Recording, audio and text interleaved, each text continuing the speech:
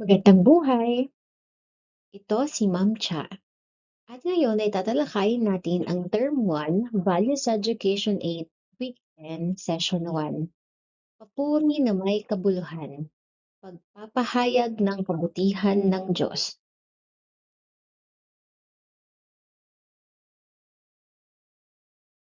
Dumako tayo sa ating talakayan. Papuri at pagkilala sa kabutihan ng Diyos. Ang papuri ay pagpapahayag ng paghanga, pagkilala at pagpapahalaga sa kabutihan at kadakilaan ng Diyos ayon sa relihiyon o paniniwala ng isang tao. Hindi ito eksaktong katulad ng simpleng pagsasabi ng salamat. Ano nga ba ang papuri at pasasalamat? Ang pasasalamat ay nakatuon sa pagkilala sa biyaya o kabutihang natanggap. Halimbawa, nagpapasalamat ako sa pagkakataong makapag-aral. Ang papuri naman ay higit na nakatuon sa pagkilala sa kabutihan o kadakilaang pinagmumulan ng biyaya ayon sa sariling paniniwala. Halimbawa, kinikilala ko ang kabutihan ng Diyos na nagbibigay sa akin ng lakas at mga taong gumagabay sa akin. Maaaring magkaugnay ang dalawa. Ang isang tao ay maaaring magpasalamat sa biyaya at magbigay papuri dahil kinikilala niya ang kabutihang nasa likod nito. Pangalawa, ang papuri ay maaaring maipahayag sa iba't ibang paraan. Hindi lamang sa pagsasalita na ipapahayag ang papuri. Batay sa sariling lehiyon o paniniwala, maaari itong maipakita sa mga sumusunod.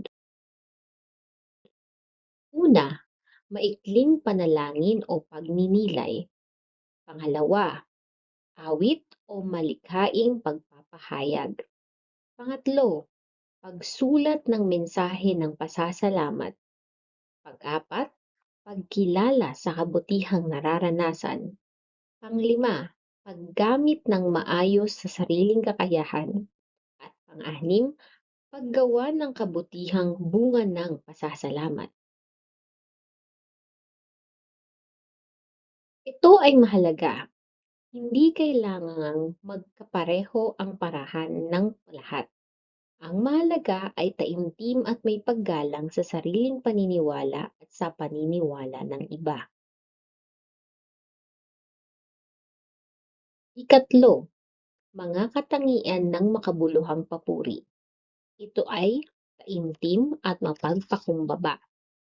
Ang taimtim hindi lamang sinasabi dahil inutusan o upang mapansin.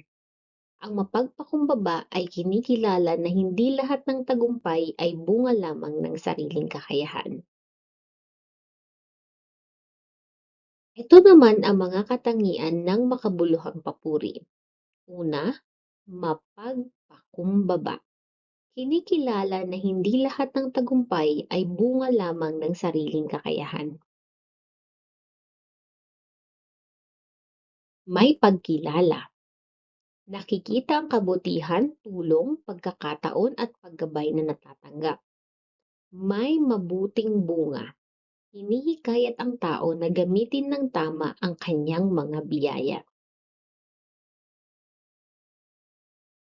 Ikaapat, papuri na hindi ginagamit sa pagmamataas. Ang pagdakila sa Diyos ay hindi dapat maging dahilan upang ipakitang mas mabuti ang sarili kaysa sa iba.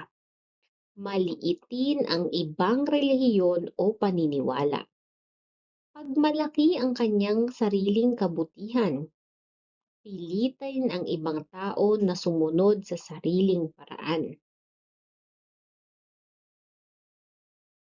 Ang tunay na papuri ay may kasamang pagpapakumbaba at paggalang. Halimbawa, nanalo si Maria, si Mara sa patimpla. Sinabi niya, "Masaya ako sa tagumpay na ito. Nagpapasalamat ako sa kakayahang mayroon ako at sa mga taong tumulong sa akin. Gagamitin ko pa ang aking talento upang makatulong sa aming paaralan."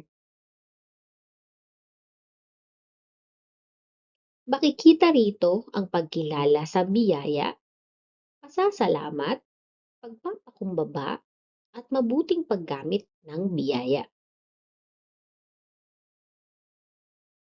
Narito ang paglalapat ng mga konsepto at kasanayan sa pang-araw-araw na buhay. Kung may isang magandang bagay na mangyari sa iyo sa iyong ngayong araw, paano mo may papahayag ang papuri o pasasalamat ng hindi lamang sa salita, kundi pati sa isang mabuting kilos?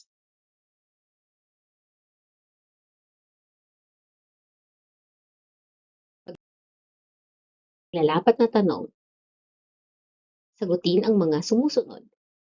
Ano ang pagkakaiba at pagkakaugnay ng papuri at pasasalamat?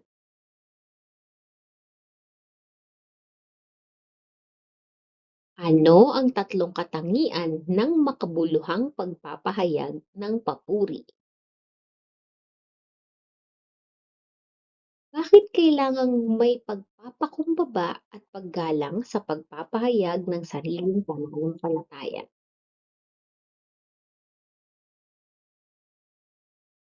Sa ating paglalahad, ang papuri at pasasalamat ay magkaugnay ngunit may magkaibang diin. Ang pasasalamat ay pagkilala sa kabutihan o biyayang natanggap, samantalang ang papuri ay pagkilala sa kabutihan at kadikalaan ng Diyos ayon sa sariling relihiyon o paniniwala. Nagiging makabuluhan ang pagpapahayag nito kapag ito ay taimtim, mapagpakumbaba at may pagkilala, at humahantong sa mabuting pagkilos. Hindi ginagamit ang sariling pananampalataya upang maliitin o pilitin ang iba. Dumako na tayo sa ating quiz. Maaari mong i-post ang video sa kada tanong.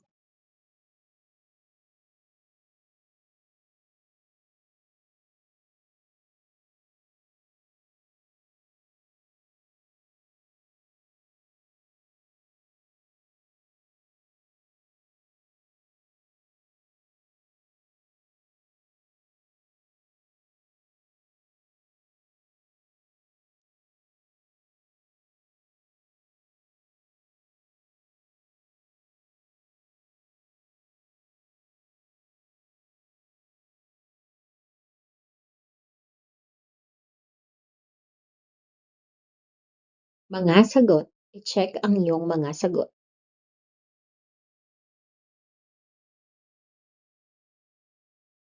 Maraming salamat. Paalam.